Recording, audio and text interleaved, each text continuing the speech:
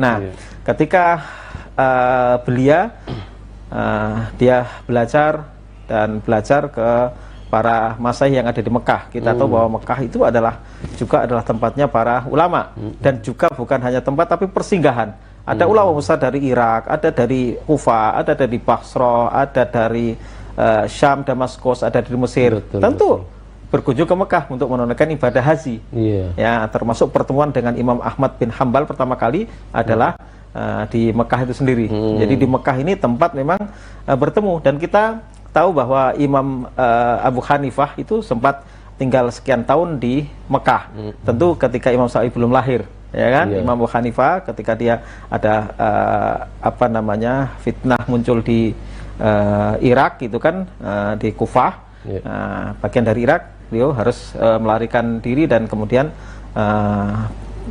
tinggal di Mekah. Jadi dari situ juga banyak murid-murid dari Imam Abu Hanifah. Jadi di Mekah Imam Syafi'i kecil ini belajar kepada tokoh-tokoh yang kita kenal namanya. Di antaranya adalah Sufyan bin Uyainah. Ibnu Uyainah ini adalah faqihu Mekah. Ini adalah ahli fikihnya Mekah. Jadi kalau kita sering kan mendapat kutipan dari kola Ibnu Uyainah. Nah, ini adalah namanya Sufyan bin Uyainah. Nanti ada Sufyan lagi namanya Sufyan Ats-Tsauri. Sehingga dikenal dengan Sufyanani. Ada dua Sufyan, Sufyan bin Uyainah dan Sufyan bin Ats-Tsauri. Nah, ini adalah salah satu guru besar beliau ketika masih belia, ketika beliau di Mekah, ya. Dan juga ada Imam Muslim bin Khalid Az-Zanji. Ini adalah guru beliau di Mekah. Namun sebelum mendalami persoalan fikih, biasanya kan fikih ini sudah diskusinya orang dewasa. Kalau anak kecil bicara fikih nanti biasanya memang tidak, karena ada persoalan-persoalan tentang rumah tangga, tentang apa, biasanya begitu. Jarang lah. Tapi belum nyambung. Tapi dari kecil itu yang dilakukan adalah menghafal. Pertama adalah menghafal Al-Quran. Betul. Nah, dalam riwayat yang populer bahwa Imam Syafi'i ini hafal Al-Quran ketika usia 7 tahun. Namun dalam riwayat lain disebutkan beliau hafal Al-Quran di usia 4 tahun. Ya, dan itu hal yang biasa terjadi. Saya pernah menemukan kisah yang disebutkan dalam Syiar A'lamin Nubala bahwa di zaman Khalifah Al-Ma'mun ada anak yang usianya 4 tahun dihadapkan ke khalifah, dan anak ini hafal Al-Quran.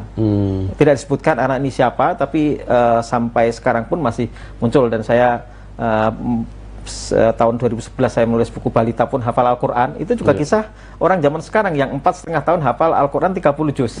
Ya, jadi kalau kita mendapatkan kisah ini bukan sesuatu yang mengherankan, apalagi Imam Syafi'i. Jadi hafal Al-Quran di usia 4 atau 7 tahun. Kemudian hafal kitab Muwatta yang kemarin kita sudah bahas, yang 2000 sampai 3000 hadis isinya. Ada perbedaan dalam penghitungan karena memang ada yang dinomori sendiri, ada yang tidak, makanya ada perbedaan. Sama juga ada perbedaan dalam menghitung ayat Al-Quran pun ada yang berbeda, walaupun yang dihitung ya itu juga. Ya, dalam menghitung hadis, jadi ada penghitungan berapa isi kitab Al-Muwatta itu berapa hadisnya, itu ya 2000-an gitulah gampangnya. Nah, 2000-an ini dihafal oleh Imam Syafi'i ketika usia 10 tahun. Dalam riwayat beliau menghafal kitab Al-Muwatta dalam waktu 9 hari. Ya. Jadi hafalnya itu 2000-an hadis itu hanya dalam seminggu lebih. Ya. Jadi ketika sudah beranjak dewasa, tingkat hafalannya itu semakin cepat. Dan sebelumnya Imam Syafi'i ini dikenal sebagai orang yang paling ahli dalam bidang bahasa Arab. Karena di masa kecilnya dia dititipkan oleh keluarganya di suku Hudzail. Hudzail ini dikenal sebagai afsahul Arab. Jadi orang Arab yang paling fasih itu ya orang Hudzail. Gitu ya. Gitu. Nah, sehingga disitulah tumbuh ilmunya tentang bahasa Arab. Beliau sempat mempelajari syair-syair juga. Iya, syair-syairnya itu luar biasa. Dan kalau saja beliau mau berkiprah di bidang itu, maka lebih populer sebagai penyair. Nah, walaupun demikian kita kenal nanti syair-syair yang masih dihafal oleh asati-asati zaman kita sekarang ini. Misalkan Habibaka haunama sayakuna bagidoka yaumama wa habibaka haunama sayakuna habibaka yaumama. Itu adalah Imam Syafi'i. Safir tajid iwatan aman tufariku fansafa inna ladidal aisi fin nasab. Dan seterusnya ini syair-syair Imam Syafi'i termasuk yang populer, syakautu ila waqi'in su'ahibdi fa arsyadani ila tarkil ma'asi wa arsyadani bi anal iman nuran wa nurullahi la yutali asi, dan seterusnya. Ini banyak sekali yang kita hafal. Saya punya buku ini Diwan Imam Syafi'i. Ini adalah kumpulan dari syair-syair Imam Syafi'i.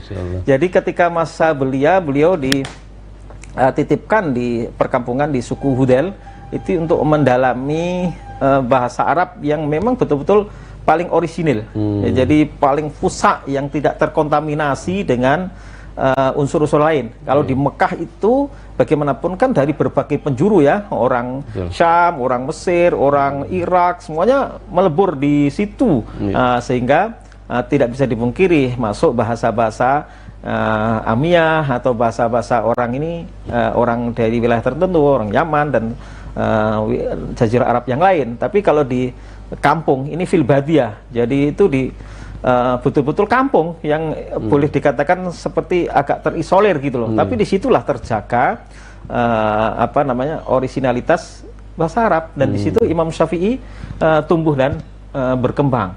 Dan inilah yang kemudian memang menjadi kunci. Mana mungkin bisa memahami Al-Quran dan Sunnah secara baik kalau bahasa Arabnya tidak mendalam. Maka ada sebuah riwayat dari Imam Syafi'i tentang pentingnya bahasa Arab ini. Beliau menegaskan ma jahilan nasu walah talafu illa litarkihim lisanal Arab. Begitu kata Imam Syafi'i di kemudian hari. Jadi manusia itu tidaklah bodoh mengenai urusan agama, ya, tidak ngerti, jahil tentang urusan agama, walah talafu, dan tidaklah mereka itu gampang berselisih, ya, sedikit debat, sedikit terjadi pertentangan. Apa sebabnya? Illa litarkihim lisanal Arab, karena ya penyebabnya adalah mereka meninggalkan bahasa Arab, tidak paham.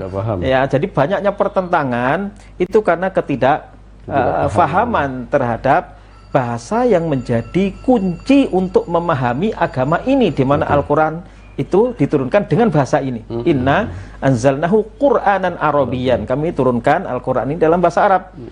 Diulang dalam ini surat Yusuf, ya. Kemudian diulang dalam surat Az-Zukhruf, inna ja'alnahu Qur'anan Arabiyyan. Kami jadikan Al-Quran ini dalam bahasa Arab, la'allakum ta'qilun. Di awal juga la'allakum ta'qilun, agar kalian memahami dengan akal pikiran. Maka Imam Syafi'i ini kalau disebut masalah bahasa, ya Imam Syafi'i di zamannya urusan bahasa Arab. Dan sekali lagi bahasa Arab adalah alat untuk memahami kitab, memahami Al-Quran dan memahami As-Sunnah, bahkan juga memahami sirah, aqwal sahabat dan seterusnya. Jadi kematangan Imam Syafi'i dalam bahasa Arab ini sejak belia. Gitu, ini awal mula perjalanan beliau belajar di Mekah dengan ulama-ulama Mekah yang sangat banyak. Salah satu yang guru yang terkenal dan ulama besar adalah Ibnu Uyainah atau Sufyan bin Uyainah dan Imam Muslim bin Khalid Az-Zanji. Ini baru di Mekah dulu, di usia masih belia lah, anak-anak ya. Jadi sebelum ketemu dengan Imam Malik bin Anas ke Madinah.